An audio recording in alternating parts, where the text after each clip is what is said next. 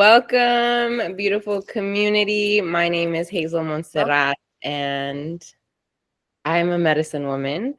Hello, everyone. My name is Tay Fae. I am also a medicine woman. I am also a psychedelic integration coach and herbalist. So I help people shift into a new way of thinking and being, and also helping them integrate psychedelic and herbal medicines into their life and integrate the medicine into their life to help them expand their consciousness and heal.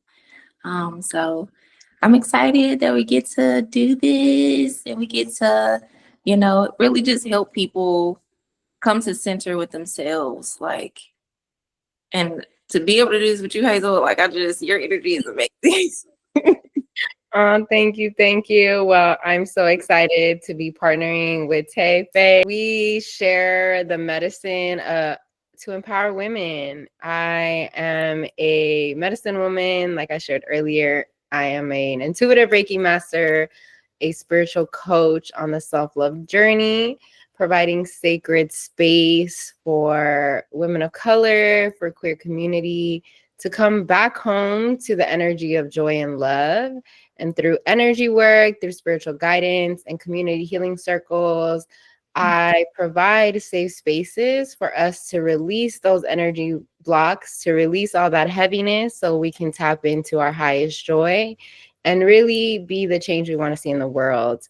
And so during this series, we will be sharing our own personal journeys, very raw, very real, just having a conversation about what it is to be a woman, to be a woman of color, to be a woman that is out here doing the healing work and inspiring other women to really prioritize themselves. And so today we are having a conversation about decentering relationships and starting to center our well-being ourselves so that we can thrive in the world. Yes, for sure. Yes, I am. I'm just really excited I feel like one thing that a lot of people really should come to understanding within themselves is how to center themselves when they are having deep rooted connections and relationships. Because I know, speaking for me personally, I've had so many different experiences where spirit was guiding me into coming back to myself because I was consistently pouring myself into people and, you know, really just allowing myself to kind of get into a cycle of self-sabotage and allowing people to treat me kind of, just however. And, not that this makes people bad, because it doesn't make people bad. It's just that we all have, things that we are healing from and we're learning from. And the reason why we get into relationships in the first place, I feel, is to learn from each other, to be vulnerable and to heal through certain emotions. So, what has been your experiences, your connections? Yes. So I am a Libra and we are all about relationships. Okay. I'm a lover girl at heart. I love being in relationships. It's my jam. Okay. And not just in romantic relationship, but also like friendships. And even now, as I'm building Breathe Joy, being able to build collaborations with people. And so when I started doing this journey, I started to realize that I had actually normalized centering relationships over myself.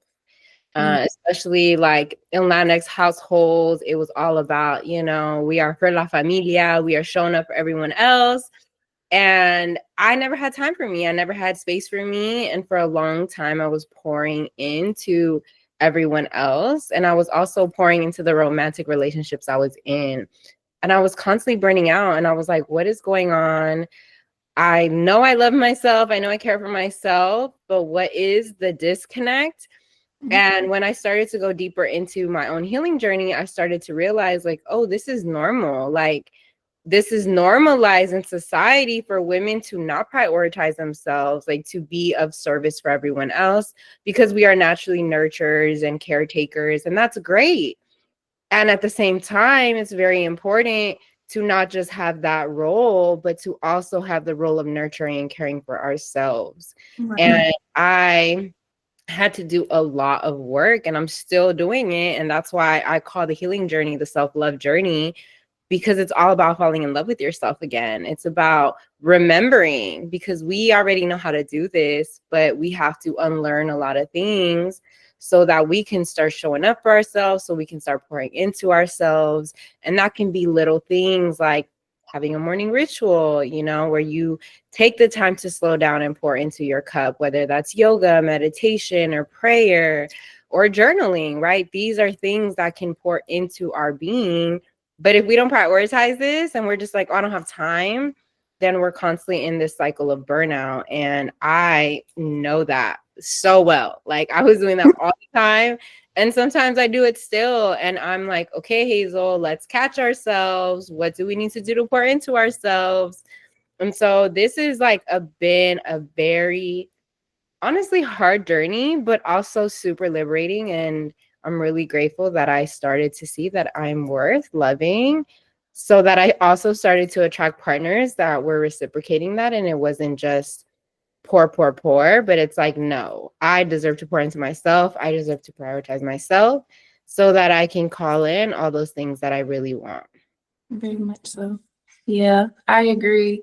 And when you do, you start to be like, wait, this hits different. Like, this feels different. I'm learning because I feel like there's so many different ways you can learn through love. Like, and you have a choice. Like, you can learn through pain, you can learn through, healthy relationships. And, one thing I remember being in one of my relationships in the past, one thing I definitely had to implement in my life was, like you said, meditation. And that was one way of me being able to shift out of a codependent mindset, and even more so, even become aware that I was codependent in the first place. Because sometimes we're not even aware of Mhm. some of the things that are showing up in relationships, because it's not just about the other person. Sometimes it's about what we allow and how we show up in our relationships as well. And when we start to recognize, like, wait a minute, hold on a second, i'm chasing I'm chasing someone. This doesn't feel, it doesn't feel right. It doesn't feel like it's equal. It doesn't feel like, the love is being reciprocated. I'm pouring so much into a being, and I'm not getting poured back into. And when you become aware of that codependency of feeling like, you need someone to feel fulfilled, you're like, okay, something has to shift, and I know I have to make that shift. I have to be the one. And once you start to take accountability, it's just, I feel like everything kind of starts to, like, you start to break cycles. Like, you really start to break cycles. Mhm. So Yeah, I feel that so much to my core. That codependency, ooh, I know that very well. And you know what? I want to take this moment to name if there is any woman or any person that identifies as a woman or femme in their feminine energy, right? It's okay if you're in that energy, right? It's not from a place of shade, but it's a place of awareness, right? Oh, I'm showing up like this. And so what do I need to do to take a step back so that I'm protecting my energy, my peace? And I recognize that I had to do a lot of work, but I also had to get a lot of support. Like, I didn't do this alone. I had coaches, I had healers, I had therapists. And when I say like therapists, healers, like that's plural, because there was times where I outgrew a healer, I outgrew a therapist, and I had to remind myself, like, this isn't serving me anymore. So how do I find somebody that can support me in the part of my evolution that I'm at? And so I'm such an advocate for having a support system, not just family, but professionals that are actually here to guide you through the journey. You know, like myself or like Tay, like we both guide women on this journey. And even with you supporting them using medicine like psilocybin, those are powerful journeys because sometimes those codependent energies are so ancestral. Very They're much. they're so rooted, deeply rooted in our DNA that we don't even know how to shift. And that's why the plant medicine is there. That's why I'm also an advocate for cannabis, because cannabis has helped me break so many patterns and cycles, because it's allowed me to come into my body, connect to the spiritual realm, and like really understand like where is this coming from, and not just have this shame or this fear of I can't be with this person. I can't be without this person, because I know how it is to be in a very toxic, codependent relationship where now there's not just verbal abuse, but emotional abuse, physical abuse. And I don't wish that on anyone. And I recognize that I had normalized that pattern because that was a part of my ancestors. Like that was a part of the relationships that were in my lineage. And I had to break the cycle. I had to choose, and I have to continuously choose to not be with someone who has those tendencies. And that's not from a place of judgment for the other person. That's an awareness that they still need to do the work so that we do not create this cycle that's actually very harmful and can really cause you to go inward. And I see that time and time again with the women that I work with. They get stuck in relationships because they don't have that confidence. They don't have that self-worth. They don't see themselves. And so when I start to help them to ritualize their life and see, hey, we can do these little things, these little acts of love and kindness towards yourself to pour into yourself, they start to see like, oh, I need to do this, I need to do that. And now it becomes a part of my everyday and not just a once in a while kind of thing. And so codependent relationships are something that we really need to become aware of, because it's so normal, but it's also can be so harmful if you're not able to actually see yourself. And so learning how to have those sacred boundaries, right? Like, hey, this is what I need. Hey, I need time. Hey, I need space. Like, I love to be around you. And also, I need to pour into myself, and being okay with asking for what you need. Very much so. Yes, space, understanding space. That, speaking for myself, I had to learn that it was okay for me to give myself space to have solitude and to enjoy my own company. And, like you said, create more joy for myself, because sometimes people don't know what joy looks like for them, Mm. really know what joy is or what truly makes them happy or what inspires them or motivates them. So they may see someone else creating joy for themselves, and they latch on to that, and they feel as though, oh well, this person is, doing XYZ and the third, and have so much ambition and so much, and they admire so much about a person, and that can lead to them to being like, I want to be in your skin. And that's cool, but like also there has to be some type of balance. There has to be some type of balance to that. Mm. You have to know you. And one thing that I always tell myself, especially when it comes to relationships, is that it being people two people together should be together to enjoy that other person's individual growth, like not feeling like you have to possess someone in that relationship, because we get into relationships and we get so possessive over our relationships that we feel like we have to own the other person. And essentially, it's not about owning someone.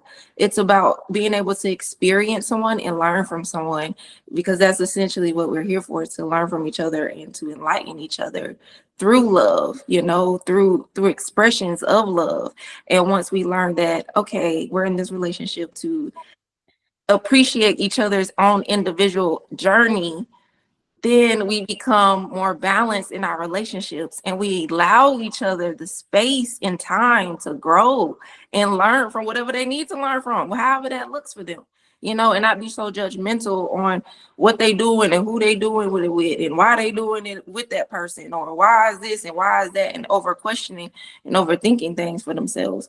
Because I've been in places and spaces where a lot of my relationships where I'm so like, what's this and what's that, and why do you feel this way? I don't know why you feel this way, and if you feel this way, then it's because of me. And it's like, no, it's not because of you. It's actually because of them. You're just occupying this person's space along with them, so you're observing their experience. But it's also a part of your experience, but you have to take a step back and realize, okay, it's not always about me. Like, I have to internalize what my experience is, and I know that this person may just be a reflection of something I need to learn from. So that's Yeah. that's one of the biggest things I've learned. Yeah, I definitely hear that piece, because similar to what you're saying is like, we are mirrors when we are in a relationship. That person is showing you what you need to heal, and you are showing them what you need to heal, what they need to heal. And at the same time, those moments are what's going to help you level up, right? To evolve.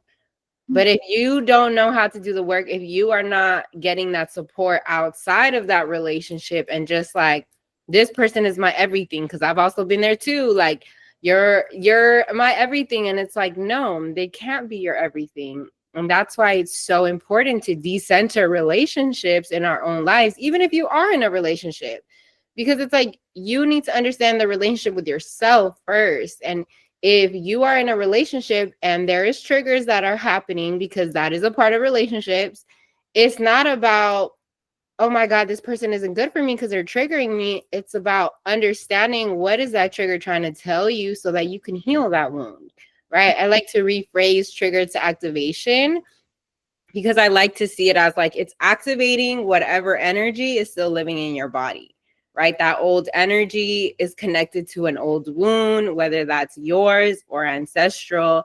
And when we take the time to sit with that wound and love ourselves through that, and feel through the emotion that's coming through in a healthy way, we are able to release it and then heal that wound and move forward in a more balanced way with the other person. But that's why it's so important to take the time to be with yourself, to love yourself, and not just be like, I'm looking for my forever person, I'm looking to get married. Like, yes, you can have that too. But a huge part of having healthy relationships is actually choosing to take time to build a relationship with yourself, so that you can see who you are, you can see what you need, you can see what you want. And then when people start to come your way, you can start to actually weed out the people that aren't for you, and the people that are meant to be in your life, whether that's a friendship or a romantic relationship. It's recognizing that as women, we need to prioritize our self-love. We need to prioritize our self-care. We need to prioritize that solo time, so that we can continuously pour into all the people that we're supporting, serving, whether that's our kids, whether that's our students, whether that's whoever you're serving. This is so essential for the evolution of humanity, because we have been taught as women to make our lives about everyone else. And then that energy, that codependent energy, is so real. Like, I have been in those spaces where I'm like, oh my God, every time I leave, I just have like anxiety building up in my chest. And I'm like, oh my God, when am I going to see them? What are they doing? Similar to what you were saying, like trying to interrogate all the things. And that's not peace. That's not bringing you love. That's not love. That's an unhealthy attachment. And so when we start to recognize, like, oh, this is surfacing because I need a certain thing, or I need to communicate a certain thing, we start to actually shift our lives. And it's so important to really take the time to understand, like, what do I need, so that I can be clear in whatever relationship I'm in, what I need and what's important to me. And that boundaries piece, oh, when I started to learn boundaries, okay, like, one of the most uncomfortable things ever, and I'm still like in it, I'm still working through it. So uncomfortable, but so life-changing, because I'm teaching people how to love me. And if I'm teaching people how to love me and they receive that, that means they're in alignment with me. If Mm-hmm. I'm teaching them how to love me and now they're fighting back, like, why do you need that? That person is not for you. Like, they clearly don't respect what you need. So you need to be like, I'm out, light and love, have a good day. Misalignment. Ah, sorry. Mm-hmm. I that's something I've actually, someone asked me something the other day. I can't remember who I was talking to, but they asked me, what's one thing that has like helped me shift out of like something like what helped me shift out of like my relationships, like repeating the same cycles in my relationships with people. And I was like, setting boundaries. Setting boundaries has really helped me, like really standing my ground on what I know for myself and what I know I don't deserve. And like, I keep saying like what you allow a person to do to you is, because it's not even essentially like you said, like you're teaching people how to love you, because sometimes people they're gonna do whatever you allow them to do, and sometimes people want to test your boundaries and they want to test what you will allow. And once you are able to kind of be like, no, I don't, nah, I'm good. That's not for me over here, buddy. Sorry. Then they're like, oh, wait. Okay. And it actually, it makes you it makes you a lot more attractive too, for people too, especially when it comes to how men view women, because men are going to consistently, they're challenging creatures. So they're going to consistently challenge you as even as a woman, so being able to set up boundaries and say, hey, I won't allow this. Hey, no, we need to wait, take time. Hey, no, and also allowing them to know like that, seeing that you are pouring into yourself, seeing that you need time for yourself and that you need space, and that you're not somebody having to chase after someone, or that you need company all the time, or that you need to be around someone. That makes you more attractive. It makes you more magnetizing, because people want you more. You become more of a mystery. They're like, who are you, and that's something I truly had to learn for myself, is like, don't always allow full access to you. You have to have you have to treat yourself more sacredly, because you are a sacred woman. Your body is a temple, and you can't allow all energies in your space, because all energies honestly truly don't need to be in your space. I won't even say don't deserve, but I'll say don't need to be in your space, because they will try to consume your energy and drain your energy if they have the opportunity to, which, no shade to them. Sometimes, like I said, people aren't even aware that they're doing it. It's just that that's how energy works. If a low vibration is around a high vibration, guess what? That low vibration is going to want to reflect that high vibration. So it's going to want to attach to it and consume some of it. It's just what it is. That's how energy works. And the more we understand how energy works, the more we can kind of shift our perspectives in our relationships, and what we how we treat ourselves and what we allow. So I agree, when it comes to setting boundaries, that's something I definitely been working on, and I continue to work on all the time, because people please. People please, and that's a real thing. Mm-hmm. Mm-hmm. One of my favorite things to say is, don't take it personal, but I will respond to you in 3 to 5 business days. Like, that is very clear from the beginning. And that's not just for work, that's for friends, that's for family, that's for everybody, like, because we are so attached to our phones as a society. And I just recently, within the last couple of years, really got into the social media game because of Breathe Joy and wanting to elevate this message. My ancestors were like, it's time for you to be out here. And I'm like, all right, let's come out here and speak our truth. And one of those things is like you said, like, I recognize, like, I am a light. I do attract a lot of people, and I love that. It's a part of my mission, to bring more light and love and joy to the world.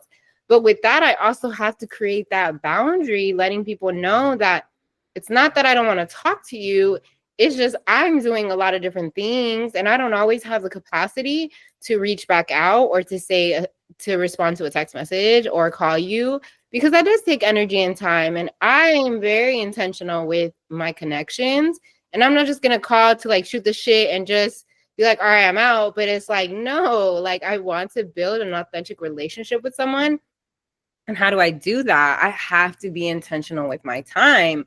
I have to be intentional when I'm choosing to interact with someone, and not just like, you can have all my energy and time, whether that's for a business partnership or a romantic relationship. Having those boundaries is so essential, because you have to make space to prioritize you. You have to make space to pour into yourself, whether that's like, for me, that's my self-love baths, you know, that's taking the time to really set myself up to relax. That's me going to the gym or me doing yoga, or even just like me smoking outside and just enjoying the sunset, right? Like, all these little things are rituals that I incorporate into my daily life. So it's not just like, I need a whole week. Yes, I would love to have a whole week to myself, just pouring into myself. But being realistic with where we're at in society, how can you insert these moments of self-care, of self-love, of joy, of ritual into our lives, so that it's a continuous journey and not just once in a blue moon when you're at burnout? Because that doesn't serve us. Like, that just puts you in a toxic cycle of burning out, you know, having a whole week to recover and then doing it all over again. And so the purpose of this is really to shift the way we're showing up in our daily lives, so that we have tools that support us to be able to not just pour into other people, but really show up for ourselves. And so, you know, as you were sharing about like your own journey, I'm really curious, like, what are 3 ways that you have practiced decentering relationships and really prioritizing your self-love as you've been going on this healing journey? Well, one way, like I mentioned earlier, has definitely been meditation. Like I was mentioning earlier, you know, one of my past relationships I had to learn the art of meditation, and I got heavily into crystals. I didn't even like, I was truly guided into a lot of this, a lot of these modalities, like really just guided, because I didn't have know anything about it. So I was just like, okay, because, you know, like I said, I had became more aware of my codependency, and I didn't like the way I felt in my body. I didn't like overthinking about what someone was doing or who they were with or why they weren't talking to me or why this and why that. So I said, you know what? I need to be still. I felt this feeling like I need to be still. I need to sit with these thoughts. And I don't know. I just started to like just sit down, close my eyes. I didn't even really know much about meditation, but I was just like, let me do this. I guess this is something. And I started to do it, and it really shifted my perspective. It helped me center myself and focus more on me. And I started working out. I got heavy into like eating healthy and just focusing on how I felt, because that's what meditation really helps you with. It helps you becoming more aware on how you feel. Because a lot of us, we work on autopilot, so we're not really aware of our feelings. And when we get time to sit with our emotions and allow it to flow through our body, it really helps you understand, like, I don't feel good. Like, I don't feel good in my body, and I need a change. I need to shift something within myself. So that was one way. Another way is, like I said, working out. Working out really, like, it just gave me the confidence to, like, you know, one, become more healthy and really feel more in my body when it came to my well-being and how I felt, you know, as, you know, just my overall health. So that really helped me shift more into just gaining more confidence, because, you know, I remember seeing a meme this girl was talking about on, I think it was Instagram. She was saying, like, everything is at the gym. You're gonna find everything at the gym. You want a man, he at the gym. You want to find friends, stay at the gym. You want to look good, go to the gym. And that's, I kind of like live by that. Like everything is truly at the gym or just in a space where you can move your body, because movement is very important to the body, regardless if you just go for a walk, if you just, however you choose, if you're dancing, I love to dance. So I love to just, move the energy through my body. And like, of course, shout out to my ancestors.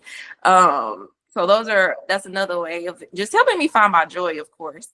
And the third way, I would just overall say like really shifting into like journaling and like, getting a lot of my thoughts out and seeing my thoughts on paper and like just really, because I think journaling is a form of releasement.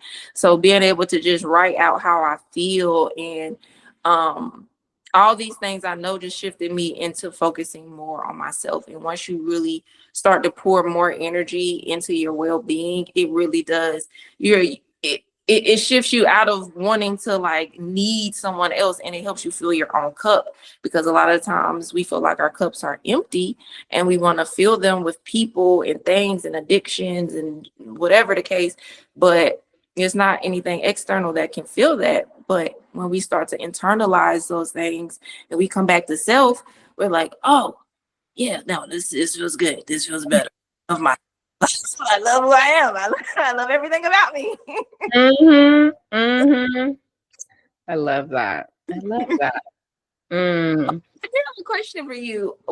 In what ways? Because I know we're both, herbal medicine girlies and psychedelic girlies.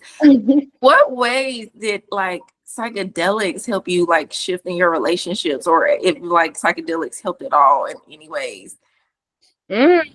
Honestly, they played such a huge role. Like, I am such an advocate for plant medicine, because it comes from Mother Earth. As someone who channels Mother Earth and animal medicine, I realize like cannabis and psilocybin are part of the earth. They literally grow in the earth. And so I had to, one, actually unlearn first that they were drugs, because like I was taught, growing up that these were not good things.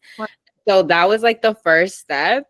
And then when I started to like intentionally connect and the plant actually called to me, I started to see like it was helping me get out of my own way, because I was so in the trauma. Like after being in an abusive relationship, I like my confidence was to the ground. My self-worth wasn't there.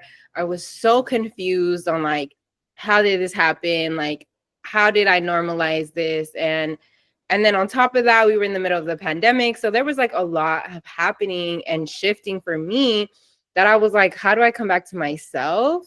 And I actually had one of my first psilocybin experiences. And that was like so powerful, because I had set the intention to come back home to myself. And that was like the first time I actually like fell in love with myself, because I was like really feeling into my body, really feeling into my skin, noticing all the little marks, like all my tattoos, like on a deeper level. It was like this whole experience that in the beginning was so uncomfortable, because I was just like, I feel like I'm freaking out. But then once it kind of passed and I was like, Hazel, come back, ground, I was breathing. It was like this openness that my heart felt, I could see so clearly how much I had normalized just hating myself, wanting to change all these things, like even from the point of like continuously dyeing my hair, like all these different colors. And like I had lost all my curls, to the point of just like gaining so much weight, and I was super unhealthy. I was drinking so much. And I was like in this cycle, just living for the weekend. And I was like, I don't want to be in this cycle anymore. Like, I truly believe I can have a life of peace and joy. And how do I do that? And so when I had connected to psilocybin, it really just helped me see myself a lot more. And then even with cannabis, like that's a plant that I started taking gummies, and I would go on these spiritual experiences when I was in my bath and like connecting to my higher self. And it was like telling me all of these messages of, one, forgiving myself for being in a situation like that, forgiving the other person, understanding my family, understanding why I had normalized this, and having compassion for my mom, having compassion for the women in my family. And so it like took so much for me to see myself and also see the people around me so that I could continuously pour back into myself, because it was like I was holding the weight of my family. I was holding the weight of the world. I was holding the weight of all these different things. And it was like, it had to be a point where I was like, I let it go. Like, I let it go. It's not for me. Whatever's meant to be for me is going to be here. And it was like every time I was connecting with cannabis, it was helping me see something that I was ready to work through. And so it has played a huge role, honestly. And I obviously, like, I don't recommend it every single day. Like, this is something that, like, I definitely feel like people should use consciously. Like, yes, obviously there's supplements or tinctures like that we can use it in a very healthy way, but I'm talking about like deep trips. Like, that shouldn't be an everyday kind of thing, because we're going deep and you need time to integrate, and that's something that I am such a big advocate for, is the integration process, is having support through that. Because a lot of times people go into these deep spiritual experiences and then come back and don't necessarily know how to integrate it into their everyday life. Right. And then can feel like all kinds of ways. And so it's like, this isn't about like disconnecting yourself more, but this is about reconnecting with yourself and knowing, like, what am I ready to heal so that I can release it and come back home to myself. Thanks. Yes, I agree. Yeah. Um, Definitely the same in my experiences with psychedelics and relationships. I think for me, psychedelics have truly like, wow, like they're the they're the biggest part of why I even do what I do today, or the biggest part of why I've even been able to heal through a lot of my relationships have, like, just like you said, especially psilocybin has helped me move a lot of energy through my body, things that I didn't know I was holding on to, in certain thought patterns I didn't know I was holding on to. Psilocybin is going to show it to you. It's going to show it to you. It's one of the best teachers, one of the best psychedelic herbal medicines in my perspective, that can truly, no matter how you intend to use it, is going to show you the experience that you need to have. And that's what I truly admire. One of the biggest things I admire about psilocybin is that it doesn't care. It doesn't care if you're afraid, because it's going to help you face your fears. But Mm-hmm. having that support through, you know, that integration process.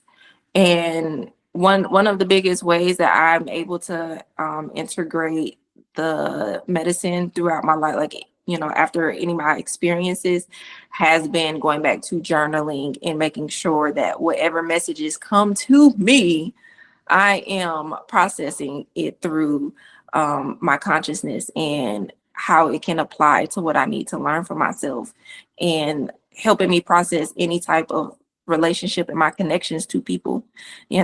Another thing that it helps you with is just understanding your connections to people, relationships. 100%. Yes, that reflection piece is so essential. I've been journaling my whole life. As a little girl, I had journals and I reflected on so many things. And I recently read something that it was like, someone was like, oh, I started writing because I didn't have the space to process my emotions within my family. And so I naturally started to write. And I was like, wow, that resonates so much to me. And, as a first gen here in the United States, my parents came from Nicaragua because there was a revolution, there was a war happening, and they were kids and they didn't expect to stay in the States, but it just wasn't safe anymore for them to go back. And so I can't imagine what it is to like live through a whole entire war and be like, I'm going back home and not have that. And especially because both of them, as kids, came here without their parents because they had to leave a little bit at a time because it wasn't safe. And so that's so much trauma stored in a body. That's so much fear stored in a body. And then on top of that, you come to a country where you don't even know the language, where you don't even think you're going to be here. And now you have to, you know, decide that it's like, okay, well, now I have to learn a new language. Now I got to go to school, or like my mom, she was the oldest. So she had to take care of her brothers and sisters. So she couldn't go back to school.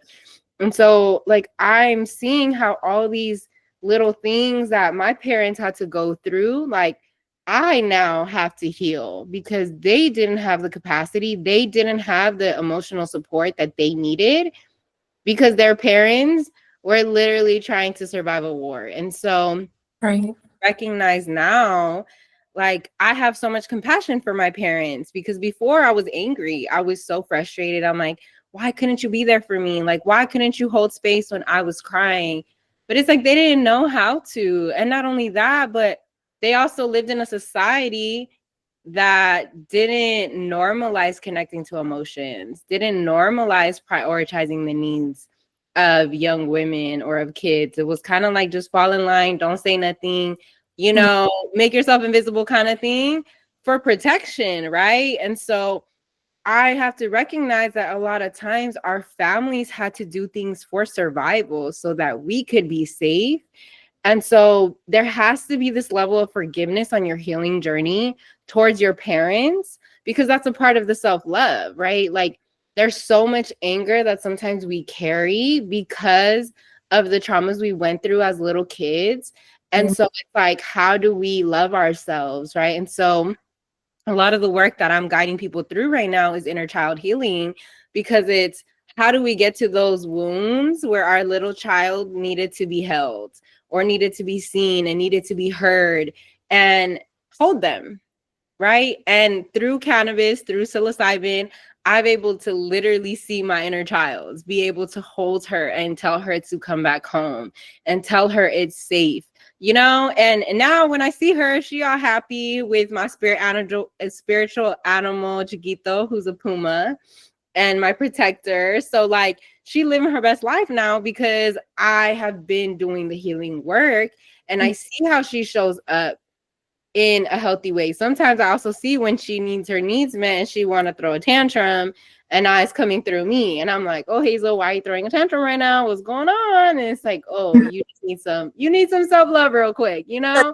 It's real. Like, it's so real. So many of us are throwing tantrums out here Yeah. without even recognizing. And so we have all these little kids running around as adults acting a fool because they haven't taken the time to understand what they need or how to show up for themselves.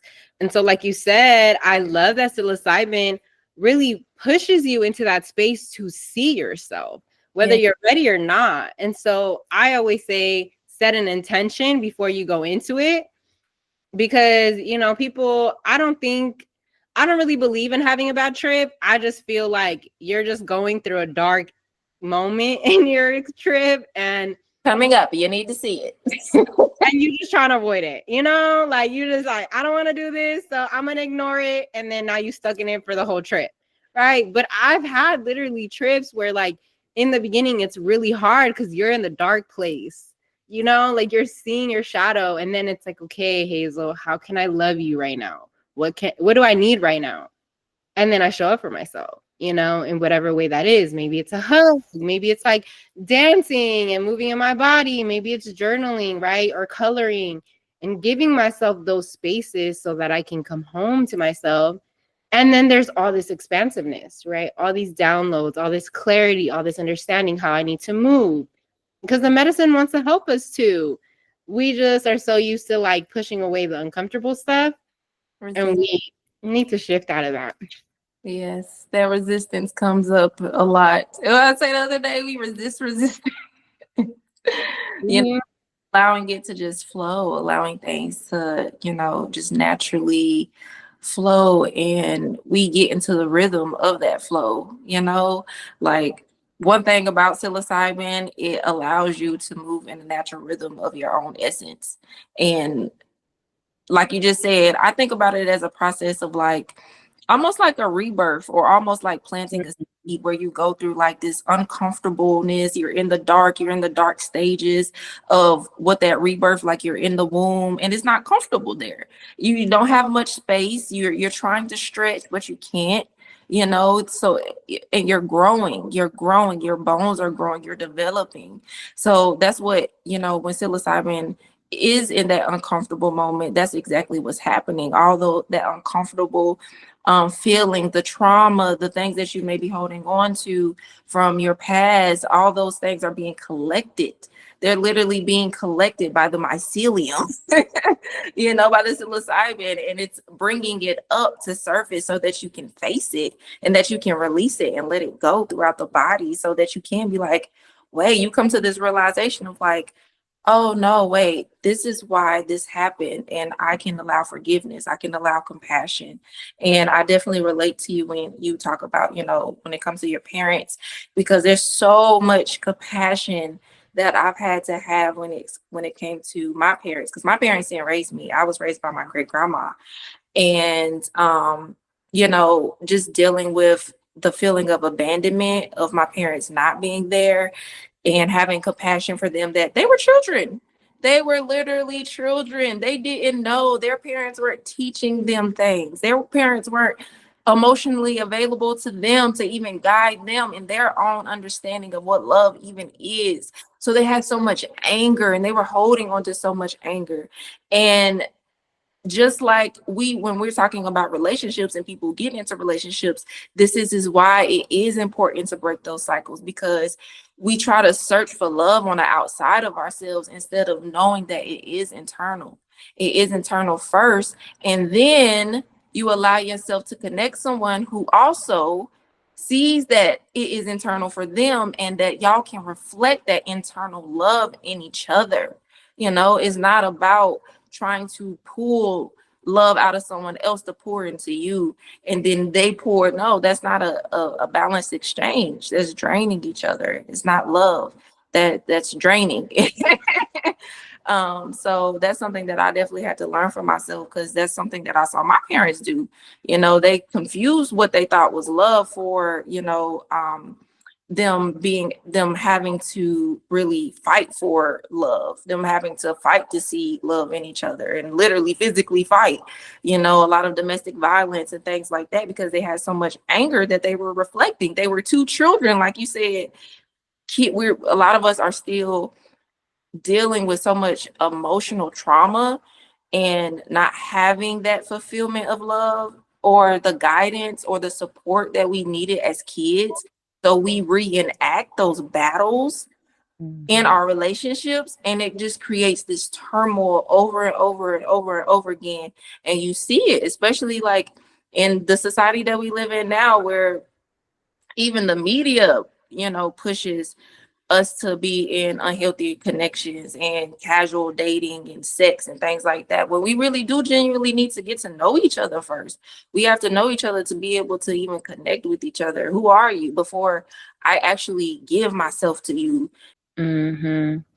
Yeah, I hear that. And I appreciate you reminding us of that space, of like the sacredness of who we are, because that's a part of like my morning ritual, is actually saying the affirmation, I am sacred, I am a blessing, to remind myself that I am sacred, right? Because we are all sacred, and we have been so disconnected from our spirit. And I truly believe that the plant medicine or energy work, or even like having therapists and coaches help you come back to your spirit, right? They help you see yourself. And that's like towards the energy of self-love, right? Love is one of the highest vibrations, but we don't really understand the concept of love. We have been taught, like, even just like Valentine's Day, right? It's like all about the show. It's all about the dinner and the flowers and the chocolate. And I'm like, that's great. But it shouldn't just be one day. It shouldn't just show up on this one day to show someone self-love or to show someone love, right? it's an everyday kind of thing, right? Like, how do you show up for yourself so you attract that energy? And I realized as I've been doing this work and I've also been dating, I was attracting people that were on my conscious level of wounds. And Mhm. so I was like, why am I attracting this kind of energy still? And I'm like, oh, it's because I'm in it. And so it wasn't from a place of judgment of the other person, but it was like, okay, can we heal through this together? As we continue to do this work, I think it's very important that one, we take the time to really prioritize our time, right? Managing our time is one of the hardest things, but really scheduling time on our calendars to prioritize our self-love and centering ourselves. Because when we center ourselves, we're able to show up better in the world. And so we're going to share a couple ways that can be very supportive for you. Tay has already mentioned meditation, journaling. What was the other one that you shared? Um, Um, Working out, also like just yeah. making time for yourself to move your body, movement. Exactly, right? Yeah, for me, it's yoga, and yoga has been a huge part of it. You know, scheduling a self-love bath. That's something that I do every week to every 2 weeks to really pour into myself. And then even taking yourself out on a date, right? Prioritizing time to pour into you and doing something that you love. Definitely encourage each person out there that is listening to take the time to prioritize, whether that's an hour or 30 minutes or even 5 minutes a day, right? It can be so transformational. And so definitely an advocate for doing that work. And as we close out this space, we're going to share a little bit more about what we do and how we can support you on the journey. Tay, if you want to share first, and that way people know how to connect with you and how you can support them. Yes, yes. So you can actually find me on Instagram at Leave Room to Shroom for anyone who has Instagram. Also, you can email me if you have any questions about anything that we discussed today on today's platform. You can email me at beyondthemask888@gmail.com, and we can connect more there as well. And you can shoot me a DM on Instagram. Also, you can find me on YouTube at Leave Room to Shroom. Of course, I'll be posting this to my YouTube channel. So if you have any questions, concerns, comments, or if you're interested in any of my services, I offer Reiki healing, distant Reiki healing for anyone who is interested in just, relaxing, releasing any stress, releasing any emotions. I also provide psychedelic integration coaching. So if you are somebody who is interested in microdosing or just overall learning more about plant healing and plant medicine, you can reach out to me about any questions about that. And I'm also working on a digital course right now when it comes to mushrooms and how to grow your own herbal medicines and healing. So I'm really excited to be coming out with this course. I'm working very hard on it, putting a lot of love and energy. And this course is definitely going to be about growing your medicine intentionally, because we can grow things, but being intentional about everything we do in our lives is what's going to help us just be more aware about ourselves and the things that we want, and manifesting the life and reality that we truly desire for ourselves. So if you have any questions, reach out. I love you all. Thank you all for your support. And I love you, Hazel, so much. Yes. Oh my God. Thank you so much for sharing all the beautiful things that you do.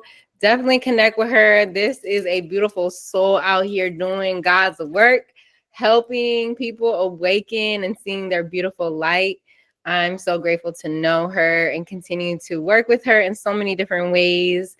So my name is Hazel. You know, you've been connecting with me through this space. I am the founder of Breathe Joy, which is a wellness sanctuary for people of color and queer community to come back home to their heart space, to love, to joy. And through energy work, through ceremony, through spiritual coaching and community healing spaces, I offer deep healing work so that we can get to the root of our problems and really start to come into the energy of self-love. So if you are really needing that one-on-one guidance, if you're feeling stuck if you're feeling overwhelmed, if you're feeling like there's something missing in my life. You know, if you are in a relationship where you feel like you can't breathe, definitely tap in with me. I would love to hear more of your story and see how we can co-create together. Right now, I have a beautiful journey called the Empowerment Journey. It's a six session series for women of color and queer community. We do 3 energy ceremonies and 3 coaching sessions where we dive deep into the energy that is blocking you from tapping into your abundance, to your wellness, to your holistic well-being. And I would love to guide you on that journey if that feels good to you or that calls to you. It has been so great to be able to co-create this space with you. And yeah, I'm excited to continue flowing and seeing how this continues to evolve. This space is to empower women and give them the tools that they need in order to feel more light, more joy, more free, and really tap into their greatness, because that's what we're here for, to elevate each other. So that is the end of our first episode. Yay, us. We did that. And we look forward to seeing you next time. Look forward to seeing you all. Thank you so much. Peace, peace. I love you, Hazel. I love you too.